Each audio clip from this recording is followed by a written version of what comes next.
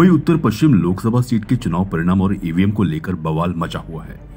मुंबई पश्चिम लोकसभा सीट से निर्वाचित सांसद रविंद्र वायकर के रिश्तेदार की ओर से कथित तौर पर 4 जून को मतगणना केंद्र पर भीतर मोबाइल इस्तेमाल करने का मामला भी तूल पकड़ने लगा है। इस बीच चुनाव आयोग ने साफ कर दिया कि कोर्ट के आदेश के बिना वो सीसीटीवी फुटेज किसी को नहीं देगा। यहाँ तक कि पुलिस को भी ये फुटेज नहीं दिया जाएगा। 4 जून को मतगणना के दिन शिंदे शिवसेना गुट के नवनिर्वाचित सांसद रविंद्र वायकर के रिश्तेदार की मोबाइल पर ईवीएम का ओटीपी आने की बात सामने आने के बाद पुलिस मामले की जांच में जुट गई है। वायकर से चुनाव हारने वाले उद्धव सेना के उम्मीदवार अमोल कीर्तिकर ने चुनाव आयोग के फैसले के खिलाफ हाईकोर्ट में जाने की बात कही है। कीर्तिकर ने कहा है कि पूरे मामले पर कानूनी विशेषज्ञों से विचार विमर्श हो रहा है। इसमें चीफ इलेक्शन एजेंट व अन्य लोग शामिल हैं। आणि हा दूध का दूध पाणी का पाणी हे बूम खाली गेलं ईव्हीपी हे कोणी ट्विट केलंय? इलेक्शन मला सांगा, जवळजवळ हिंदुस्थानमध्ये सर्व लोकसभेचे इलेक्शन झाले आणि इलेक्शन झाल्यानंतर सर्वच ठिकाणी रिझल्ट आले। या रिझल्टप्रमाणे माझा देखील तिथे झाला। मी इथे 5:45 पर्यंत या ठिकाणी होतो।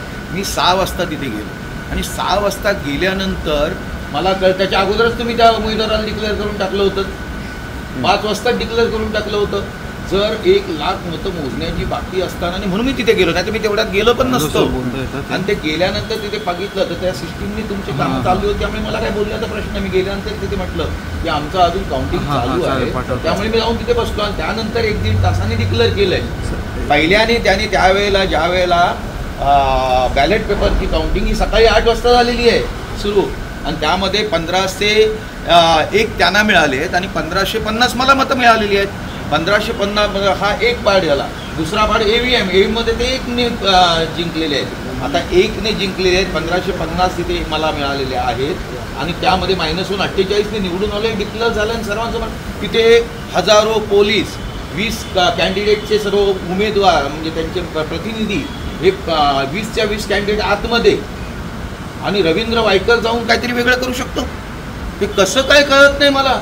हे काय चाललंय? रेडीचा डाव चाललेला आहे, त्यांना त्यांच्या जिवारी लागलेलं आहे आणि जिवारी लागल्या कारणाने सर्व यांचं ट्विट आणि हे चाललेलं आहे। त्यामुळे रेडीच्या डावाला मी काय महत्त्व देत नाही आहे। त्यांना जे काय करायचं त्या दूध का दूध। इलेक्शन कमिशनरने ज्या पद्धतीने जे इलेक्शन घेतलेलं आहे ते योग्य तऱ्हेने घेतलेलं आहे। आता दुसरा प्रश्न तुम्ही झाला ते मोबाईल, तिथे किती जणांकडे मोबाईल होते? या आतून बातम्या वगैरे काय येत असतील किंवा तुम्हाला देखील येत असतील, किती जणांकडे आहे? मग ते 188च्या कायद्याप्रमाणे जे काय फाईन असतील की 500 रुपयाचा फाईन असेल वगैरे, ते काय ते बसेल ना। म्हणून काय कोणी कोणाचा नातेवाईक आहे म्हणून त्यांनी ते ईव्हीएम हॅकचं काय हॅक करता येते का ईव्हीएम मशीन इथून बाहेर? त्यामुळे हे जे काय चाललेलं आहे रेडीचा डाव चाललाय, त्यामुळे त्याला मला काय उत्तर द्यावं असं वाटत नाही आणि तरी एक्सप्लेन केलेलं आहे। सीसीटीव्ही फुटेजची मागणी केली त्यांनी त्यावर कायद्यात जे काय असेल, मी म्हणतो ना, मी त्यावेळेलाही सांगितलं की आम्ही कोर्टात जाणार आहे, हक्क आहे, लोकशाही आहे, जाऊ शकतो। मला वाटतं आपण पाहिलं असेल आज कालच मला वाटतं इलॉन मस्क यांनी ईव्हीएम बद्दल ट्विट केलं होतं। त्याचसोबत आज देशभरातून सगळेच आपण पत्रकार म्हणून असाल, जे सिव्हिल सोसायटी येते आणि आम्ही सगळेच ट्विट करत आहोत की उत्तर पश्चिममध्ये जो घोळ झालेला आहे, एक तर आपण पाहाल निवडणूक आयोगाने सीसीटीव्ही फुटेज द्यायला नाकार दिलेला आहे। म्हणजे त्यांना ती अनिल मसीसारखी फुटेज नको आहे वाटतं, कारण तिथे जी गडबड झाली ती लोकांसमोर आली। दुसरी गोष्ट म्हणजे जे मिंदे गँगमधले तिथे फोन घेऊन उभे होते, आज तर पेपरमध्ये पण आले की त्यांच्या फोनवर ॲप होतं ईव्हीएम उघडण्याचं। ह्या सगळ्या गोष्टी समोर आल्यानंतर देखील जर त्यांना शपथ दिली, जे मिंदे गँगचे उमेदवार आहेत त्यांना शपथ दिली, तर मला वाटतं या देशात लोकशाहीचा खून झाला आहे हे समजूनच आपल्याला आता पुढे काम करायला लागेल। आमचं हेच ऑब्जेक्शन राहील की अशा चीटर लोकांना तुम्ही शपथ देऊच कशी शकता, हे एक मोठा प्रश्न आहे उपस्थित होणार आणि आम्ही त्याच्यात कोर्टात पण चाललोय। ईव्हीएम हँडल केलं गेलंय का, टेम्पर्ड केलं गेलंय का? असं म्हटलं जातं once a cheater always a cheater, तसं once a fraudster always a fraudster.